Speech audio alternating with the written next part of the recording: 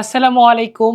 আমি আজকে এইচএসসির English first পার্টের ফাইনাল সাজেশনটা দিব। তো ভাই আপুরা, তোমরা যারা বাংলা ভার্সেস ডিফেন্স গ্রুপে আছো, তোমাদের একটা কথা বলে দিই, আমি ব্যক্তিগতভাবে ইংলিশ, বাংলা এবং আইসিটি এই তিনটা সাবজেক্ট নিয়ে তোমাদের প্রপার ডেডিকেশন দিয়ে পড়াবো। পাশাপাশি গ্রুপ সাবজেক্টগুলো এগুলো নিয়ে জাস্ট আমরা পরামর্শ দিব, কারণ একটা মানুষ চাইলেও সব সাবজেক্ট নিয়ে এক্সপার্ট হতে পারে না, সেক্ষেত্রে আসলে বিপদের সংখ্যাটাই বেশি থাকে। যাই হোক, ইংলিশ ফার্স্ট পার্টের সাজেশন যেটা দিব, আশা করি 100% তোমরা কমন পাবা। তো চলো শুরু করা যাক।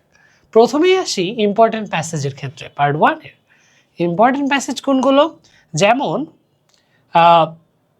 আমরা যদি এখানে ইউনিট 1 লেসন 2-4 এটা একটু ভালো করে দেখে নিব। পাশাপাশি ইউনিট 2 এর lesson 2 folk music, lesson 3 art, lesson 4 craft. তারপর ইউনিট 3 এর lesson 1 Behula, lesson 3 legend of Gazi, এটাও একটু ভালো করে পড়ে নিবা। Unit 4 lesson 1 negro is not still free, lesson 2 Leela Nag. Unit 6 lesson 1 dreams have fascinated, এটা একটু তোমরা ভালো করে পড়ে নিবা। তো আমরা কিন্তু পার্ট 1 যেই প্যাসেজগুলো রয়েছে ইম্পর্টেন্ট, সেগুলো সম্পর্কে জানলাম। তারপর পার্ট 2 এর ক্ষেত্রে unit 7 lesson 2 Nishat Majumdar, lesson 3 traditional society, এগুলো একটু ভালো করে দেখে নেবা। Unit 8 lesson 1 lesson 3, unit 9 lesson 1 lesson 2 lesson 3, unit 10 lesson 5, unit 11 lesson 3, unit 12 lesson 1। যেইগুলো কথা বলেছি তোমরা যদি এগুলো ভালো করে পড়ে নাও এবং কি ভালো করে প্রিপারেশন নাও, তোমার 100% কমন চলে আসবে, এইটুকু গ্যারান্টি আমি তোমাদের রিফাত ভাইয়া দিচ্ছি।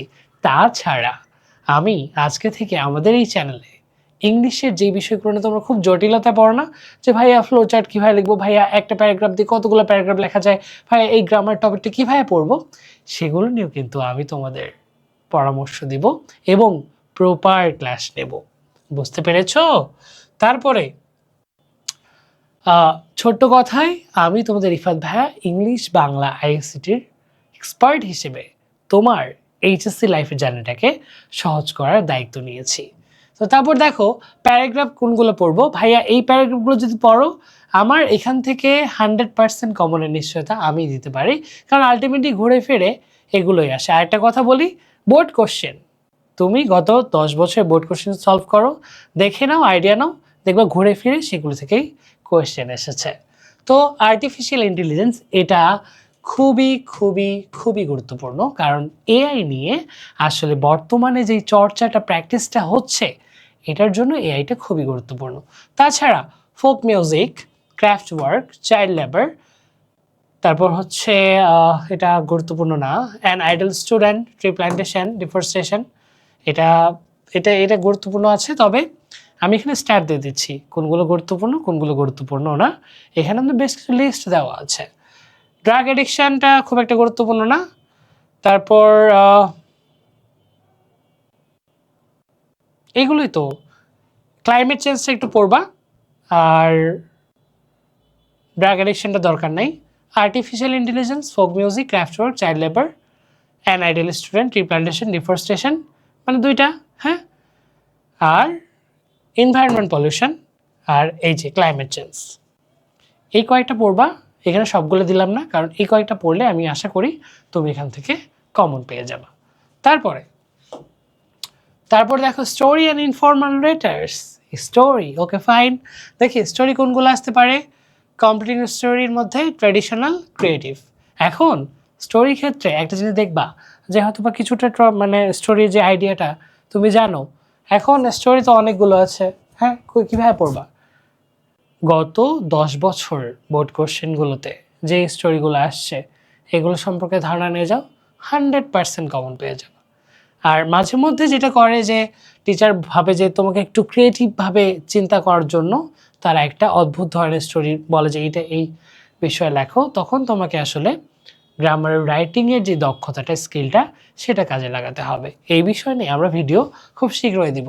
Informal letters, learning English, reading newspaper, how to improve English, ICT education, congratulating success, physical exercise, HSC preparation, food habit, natural beauty. এগুলো একটু ভালো করে দেখে নিয়ে যাবা, আশা করি তোমাকে কেউ আটকাতে পারবে না। তারপরে গ্রাফচার্স অ্যান্ড পয়েন্টস। গ্রাফসের মধ্যে internet users, poverty rate, air pollution, source of air pollution, family income distribution. She works in beauty, I died for beauty, all people dream, hold fast dreams. এই দুইটা যদি তোমরা পড়ো, মানে এখানে বেশ কিছু আছে, দুইটা বলতে চারটা বুঝাইছে, তো এগুলো পড়লেই আই থিঙ্ক তোমার কমন চলে আসবে। তাছাড়া আমি যেটা বলি 100% প্রস্তুতির জন্য গত 10 বছরের বোর্ড কোশ্চেন দেখো, তোমাকে ভাইয়াপুরা কেউই আটকাতে পারবে না।